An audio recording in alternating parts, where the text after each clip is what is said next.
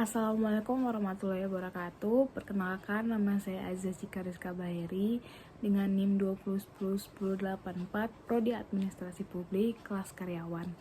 Nah, pada kali ini saya akan menjelaskan materi tentang penguatan lembaga kemasyarakatan dalam rangka membangun kemandirian desa. Nah, sebelum itu saya akan menjelaskan menurut Undang-Undang Nomor 6 Tahun 2014 bahwa yang dimaksud dengan desa atau dengan sebutan lain adalah kesatuan masyarakat hukum yang memiliki batas-batas wilayah yang berwenang untuk mengatur dan mengurus kepentingan masyarakat setempat berdasarkan asal-usul dan adat istiadat setempat yang diakui dan dihormati dalam sistem pemerintahan negara kesatuan Republik Indonesia. Nah, dengan demikian, pemerintah negara kesatuan Republik Indonesia dengan adanya otonomi yang dimiliki oleh desa, artinya desa diberikan kesempatan untuk tumbuh dan berkembang mengikuti perkembangan dari masyarakat itu sendiri. Nah, dengan demikian desa memiliki posisi yang strategis sehingga memerlukan perhatian yang seimbang dalam penyelenggaraan otonomi daerah. Karena dengan kuat dan mantapnya penyelenggaraan otonomi daerah, karena dengan kuatnya dan mantapnya daerah, dengan pengertian semacam itu, maka pemikiran yang menjadi landasan dalam pengaturan pemerintah desa adalah keanekaragaman, partisipasi, otonomi asli, demokrasi, dan empowering. Dalam konteks demikian, maka pengembangan otonomi asli desa memiliki landasan visi dan misi yang kuat dalam rangka menjaga efektivitas, efisiensi, dan juga optimalisasi otonomi daerah. Arti penting kelembagaan masyarakat dalam pemberdayaan.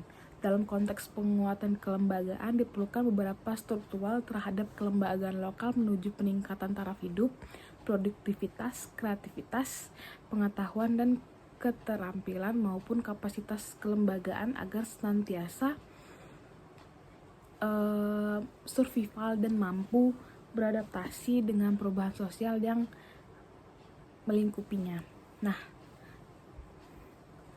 dalam perspektif pembangunan yang berbasis pada kemampuan lokal, sebagaimana dikemukakan bahwa keberhasilan pengembangan diukur dari seberapa besar masyarakat mampu mendayagunakan sumber-sumber lokal yang mereka miliki secara kategoris, terdiri dari modal usaha, modal alam, modal finansial, modal fisik, dan modal sosial. Nah, dalam beberapa kajian menunjukkan bahwa lembaga lokal kemasyarakatan sebenarnya menjadi pilihan yang cukup kredibel sebagaimana pembangunan. Hanya saja ada persoalan umum di mana keberadaannya selama ini masih memerlukan pembenahan, terutama dari segi kepastian sumber daya, organisasi, maupun kapasitas manajerialnya. Nah, arah baru yang diharapkan adalah bagaimana lembaga kemasyarakatan itu berperan efektif dan optimal dalam pengelolaan pembangunan desa dengan visi pemberdayaan. Nah, urgensi keberadaan lembaga kemasyarakatan ini diharapkan akan menjadi wadah sekaligus agar penggerak kemasyarakatan memfasilitasi, memediasi, dan juga mengkomunikasikan sekaligus sebagai aktor dalam pengembangan partisipasi, mendayagunakan keswadayaan gotong royong demi mewujudkan kemajuan, kesejahteraan, dan juga kemandirian masyarakat desa. Nah, optimalisasi pengembangan inisiatif lokal dalam rangka peningkatan pendapatan, keswadayaan, dan kesejahteraan akan mudah dicapai apabila dikembangkan kerjasama kewilayahan antar lembaga kemasyarakatan lokal sebagai agensi pembangunan. Hal ini penting karena pertama, adanya kendala maupun potensi SDM, SDA, dan karakteristik kondisi wilayah yang tidak sama. Kerjasama antara lembaga lokal akan membantu pendekatan pembangunan yang sinergis. Nah, yang kedua itu sebagai forum koordinasi perencanaan pembangunan kewilayahan agar berjalan tanpa menimbulkan akses yang mencurigakan bagi masyarakat maupun daerah lain. Nah, ada juga strategi penguatan lembaga kemasyarakatan. Dalam konteks pemberdayaan, beberapa prioritas terpenting yang bisa dilaksanakan oleh lembaga kemasyarakatan desa antara lain yaitu pengembangan usaha ekonomi produktif. Nah, ada juga pemenuhan kebutuhan dasar terutama di bidang pendidikan kualitas SDM yang produktif akan berdaya saing kebutuhan gizi maupun sarana dan prasarana fisik sesuai dengan kebutuhan. Nah, ya ada juga pelestarian peranata dan kearifan lokal serta partisipasi lembaga kemasyarakatan dalam pengambilan keputusan pembangunan. Strategi penguatan usaha pengembangan ekonomi produktif itu lembaga lokal bergerak di bidang ekonomi memiliki kontribusi strategis sebagai wahana dalam menggerakkan potensi ekonomi lokal. Kerapuhan usaha ekonomi rakyat selama ini disebabkan belum adanya kolaborasi efektif dari berbagai usaha ekonomi yang ada. Nah, agar efisiensi dalam mengelola, efektif dalam mengembangkan usaha, dan optimal dalam meningkatkan pendapatan dan kerjasama. Oleh karena itu, dalam rangka penguatan kelembagaan ekonomi lokal, perlu dikembangkan berbagai kerjasama efektif antara pelaku usaha dan ekonomi di desa. Peran koperasi dan usaha bersama yang telah dirintis perlu dikembangkan lebih optimal. Lebih optimal.